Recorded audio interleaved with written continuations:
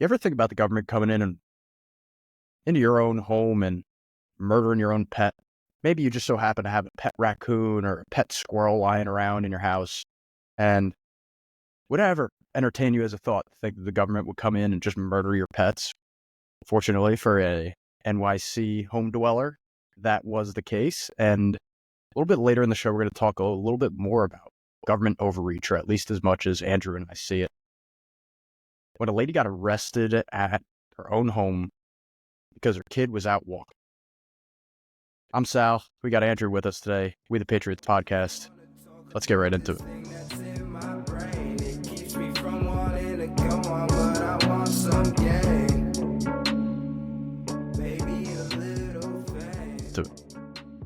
So Andrew, Yeah, you were the one who texted me. First of all, I haven't had you on the show in a while. It's good to see you, my friend.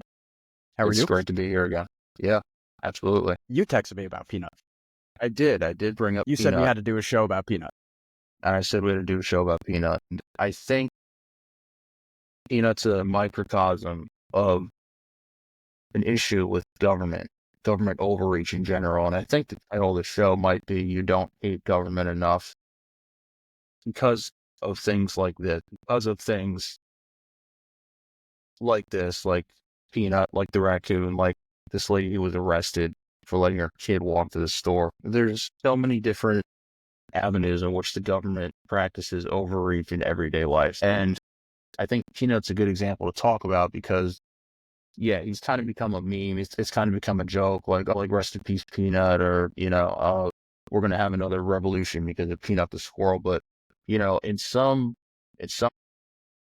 there's underlying truth to what these people are saying, right? Like, you're going to break into somebody's house and murder their domesticated pet Well, let's because talk. of So anonymous let me lay out complaints. let me lay out the story for everybody, and then let's talk about why both of us think this is quite a bit bigger of a problem than most people are letting on. So the story as this goes, and I'm summarizing, you can go look up, but the story goes that this man rescued this pet squirrel. Now, where the squirrel came from, its mother allegedly had died, and it was quite young, wouldn't be able to fend for itself, was probably going to die out in the wilderness, and this guy took it into its home. As well as this pet squirrel, he also had taken in, I assume, multiple animals, but ended up at this time having a pet squirrel and a pet raccoon at his home at the same time. Allegedly, at this person's home, there had been multiple complaints about having what all that I kept seeing was possible ravenous animals, so animals with rabies. And so when whatever agency went in to investigate this and actually just broke into the man's home, started looking for these animals, allegedly one of them was bit by Peanut the squirrel. Because of that bite, and noticing that there was a raccoon and a squirrel in the house, it was deemed necessary to euthanize both of the animals in order to perform rabies tests to make sure that whoever got bit, whatever officer got bit, didn't have rabies. Now, the first question that people might come up with, of course, is why'd you have to kill him? Why can't you just take a rabies test? Allegedly, there is no rabies test that can be performed while any animal is alive. It is a post life test. That's the reason they had to be euthanized.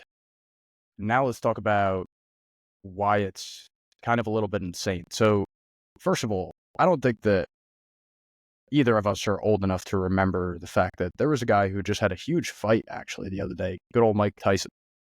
The man used to own a tiger. Right. And that was well known. That wasn't like a pent-up secret. The man was flaunting it. Now, I'm not comparing a squirrel to a tiger. That's kind of ridiculous, but that's kind of my point.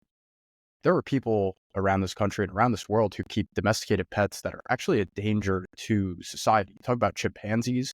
There are people who have monkeys as pets who don't understand that they actually do not engage in the world in a human-like manner.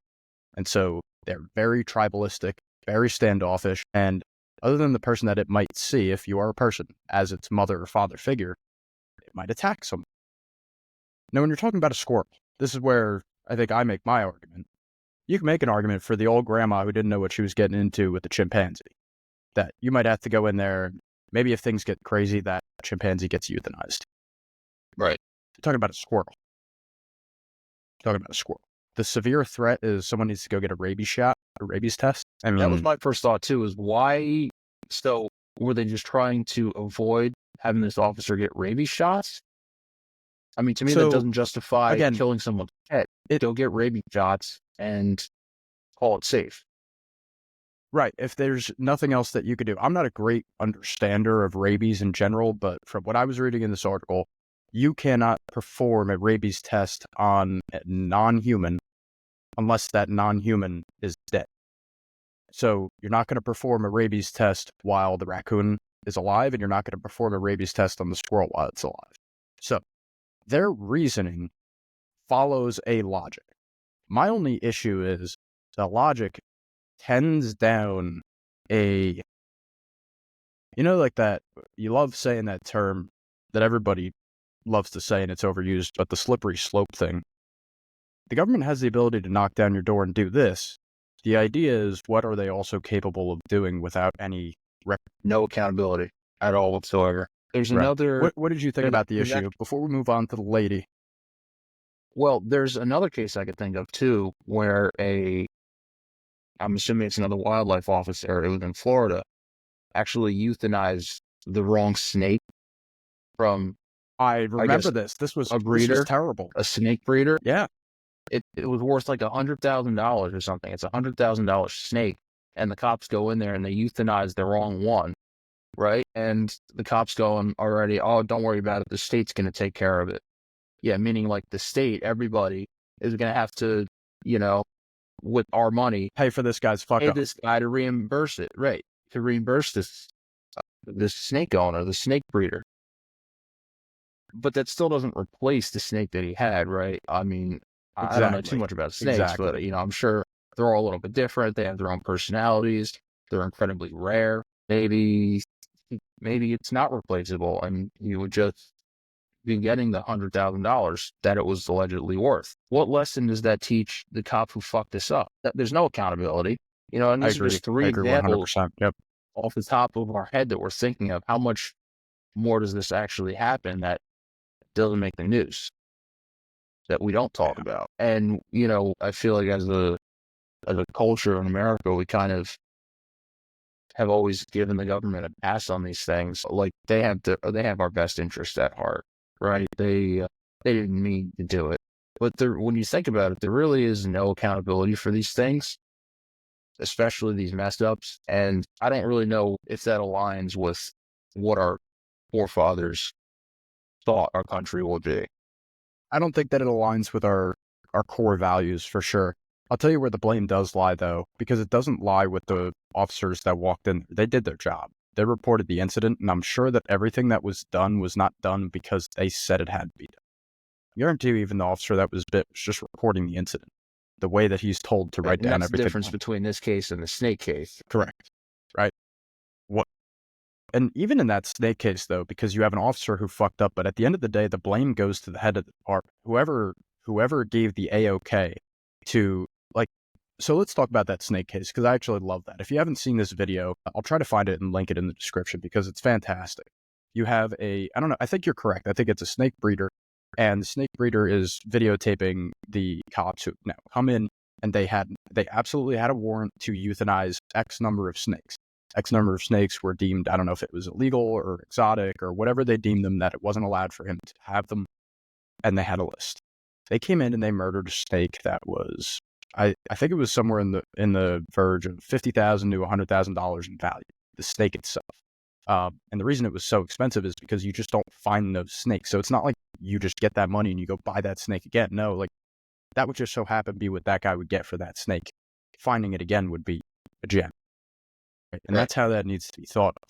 In that case, I think you still have to put the blame on the head of the department. And here's why.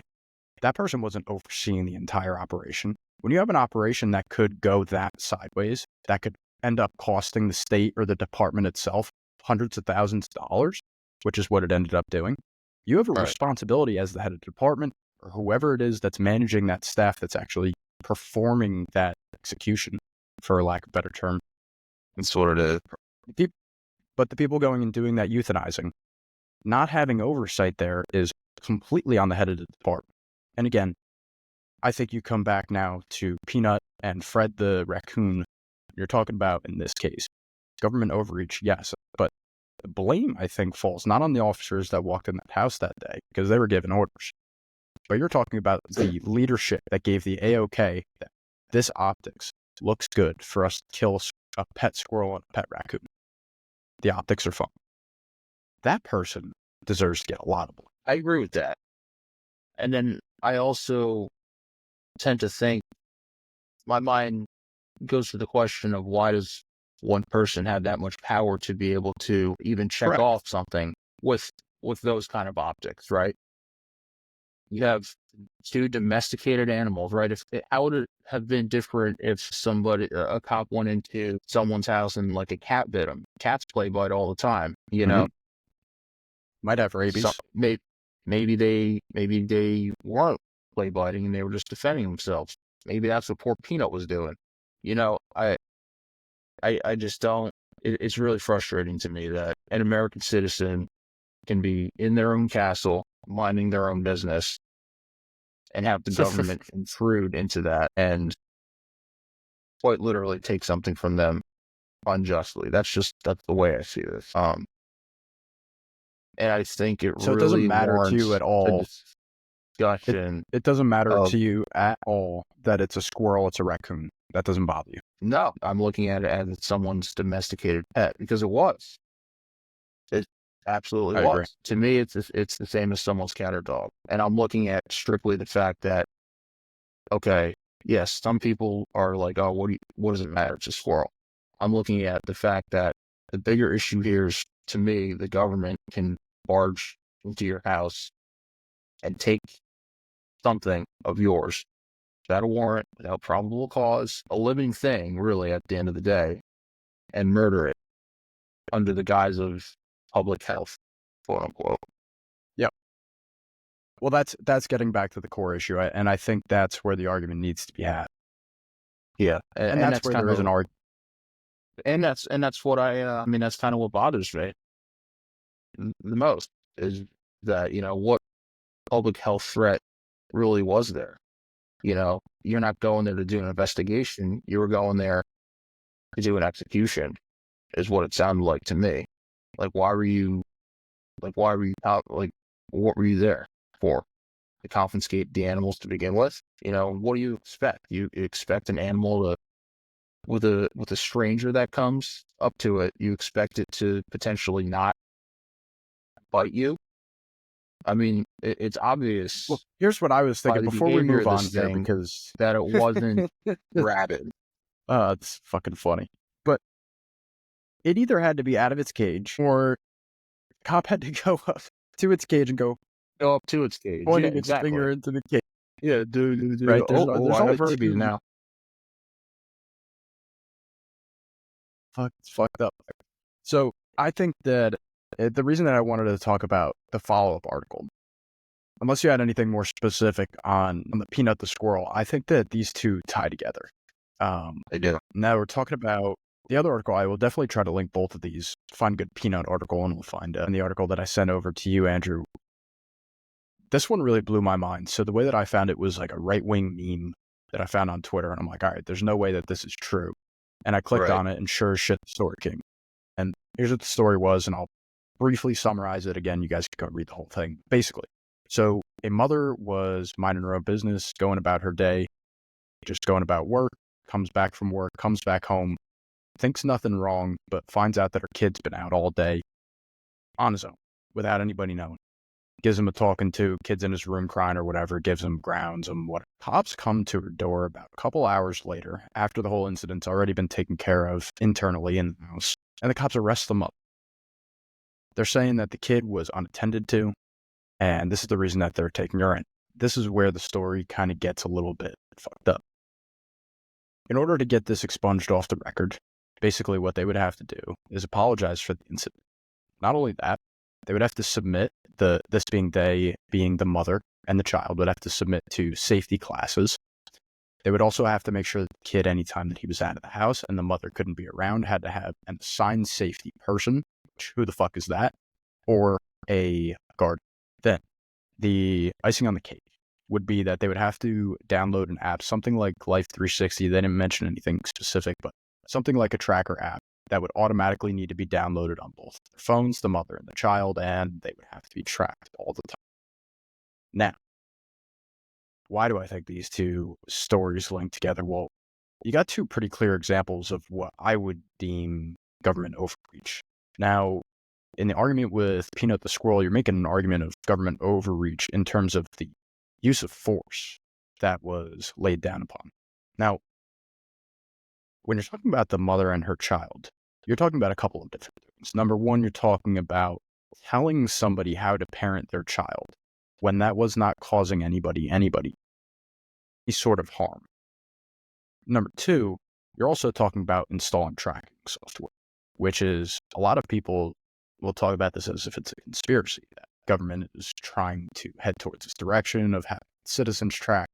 And anytime something like this comes up, it really pokes my ears up because it's a clear gate. If the city or the town or whatever this is wins this case and is able to institute a tracking device because of an incident, what's to say they can't just make it widespread? So this is why I actually want to pay attention to this case.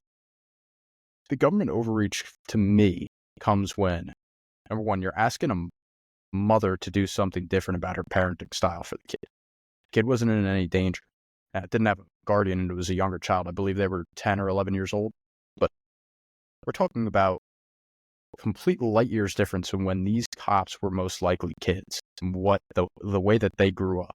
They were able to roam at least somewhat In free rural and not have Georgia. to deal with cops going and telling to their mom. In Georgia, mind you, this is where the story took place. Small town Georgia. But also, to start throwing in that tracking stuff, man, I don't know about you, Andrew, but that stuff doesn't sit well. That brings it to another level. Absolutely brings it to another level. Tracking. State mandated tracking, a huge incursion on privacy, which is already enough of something we've been sacrificing in this day and age. I really do think that that's an issue. I really do take issue to that. I mean, it's not like this lady has been convicted with a crime or anything like that. If I'm not mistaken, she was arrested, but she wasn't convicted with anything.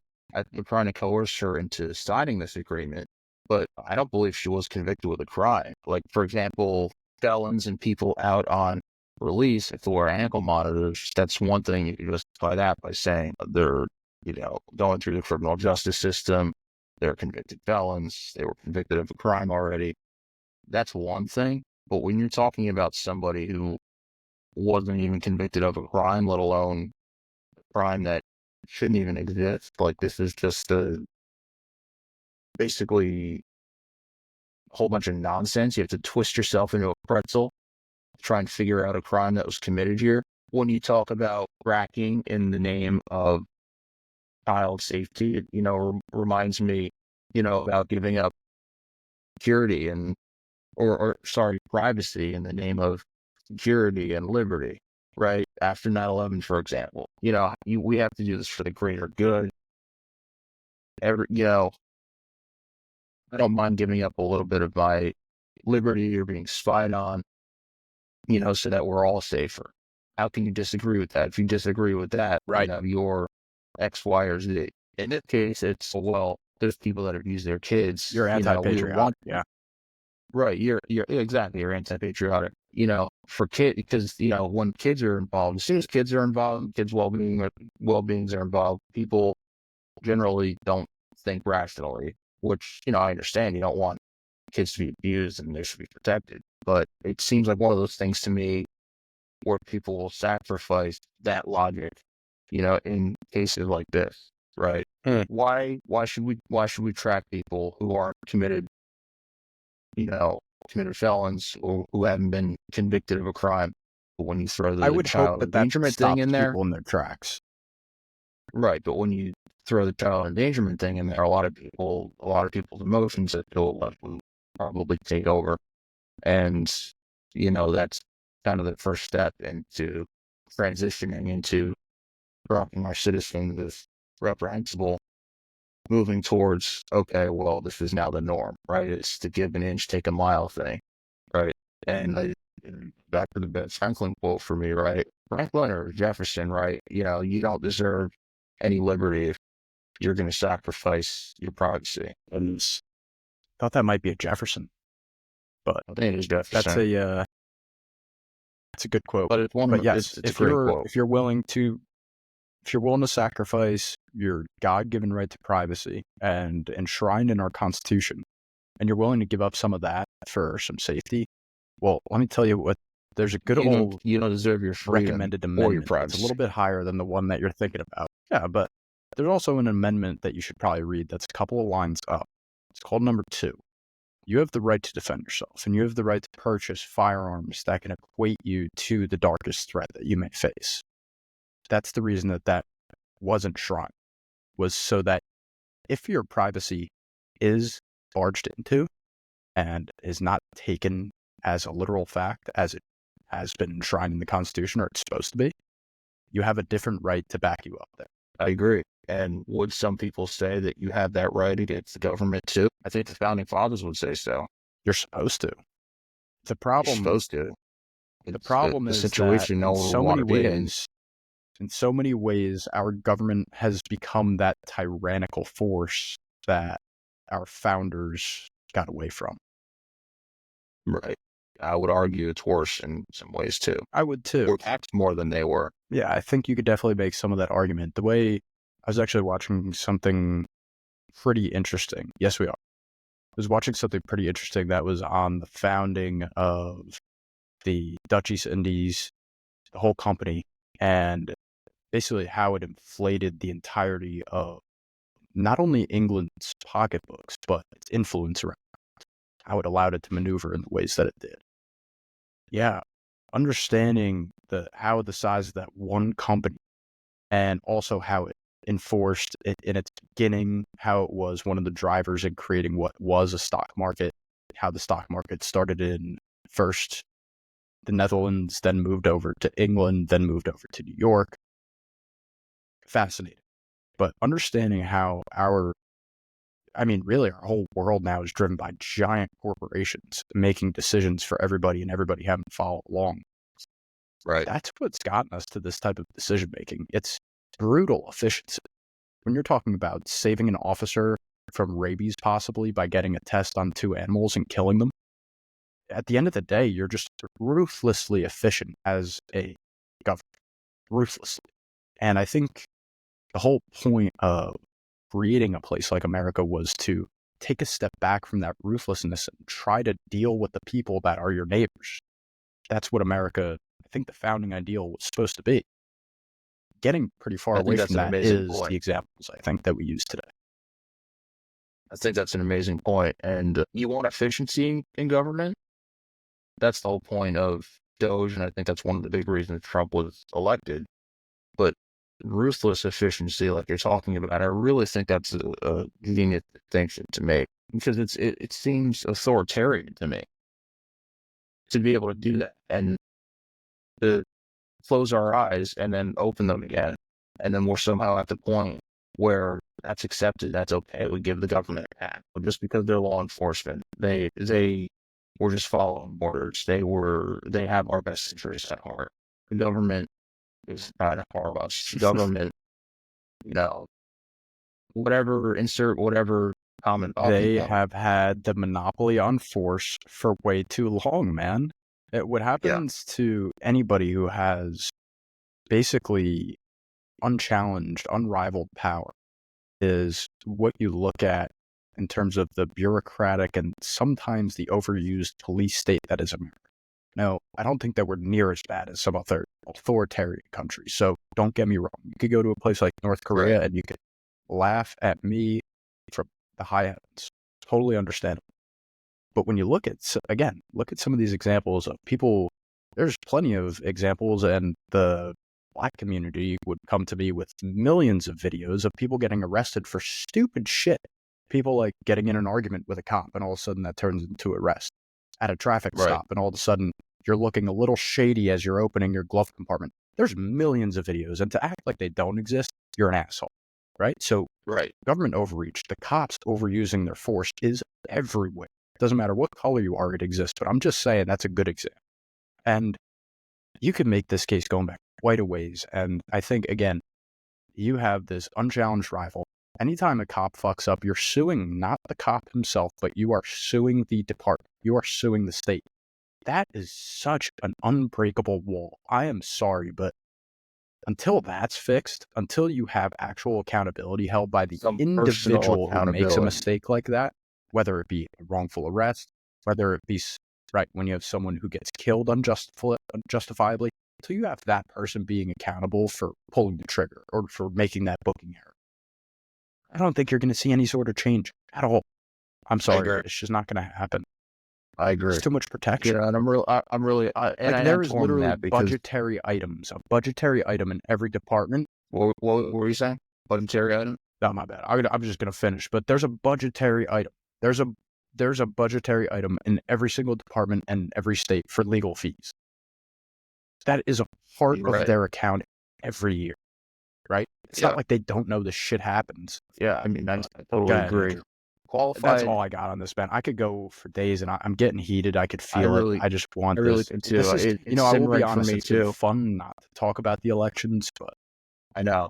Yeah, I've been trying to avoid it on purpose, but I guess the point I'll end on is, so basically that discussion we just had leads into qualified immunity, which I'm torn on, right? Because public officials need to have some sort of immunity from their decisions, but there's so many examples of just absolutely egregious cases being,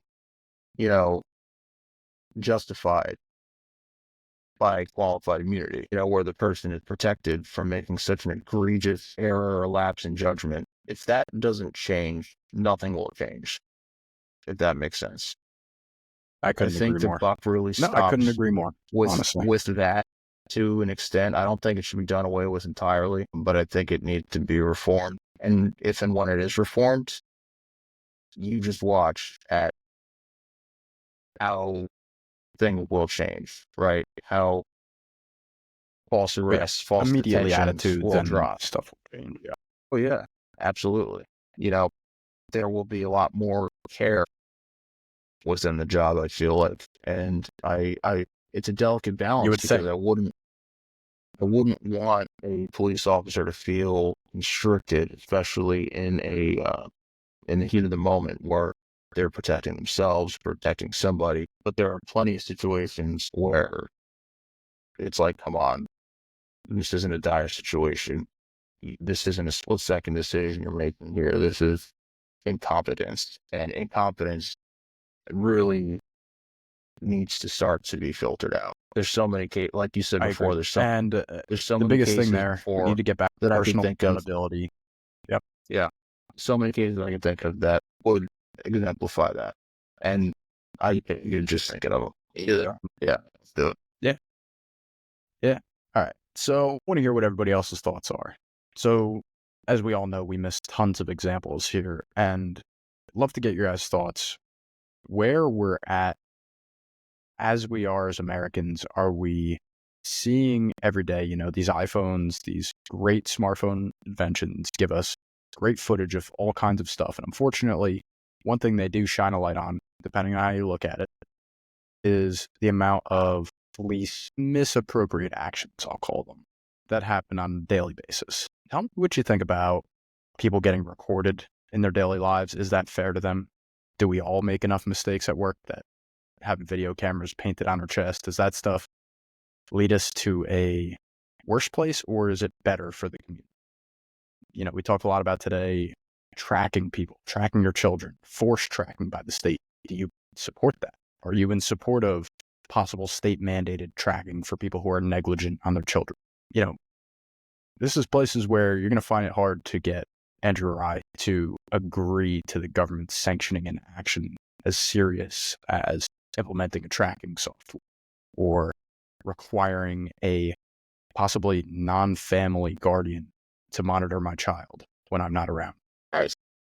You might be heading places here where I think you're crossing the line. Again, this is a case that I want to keep an eye on. Peanut, of course, unfortunately, is already over with. We can have that argument. Let us know what you think. That's all I got for today, Andrew. Anything for you, my friend?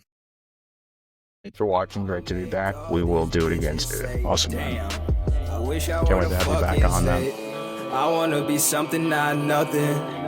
Trapped inside my dream and I'm running away from these demons.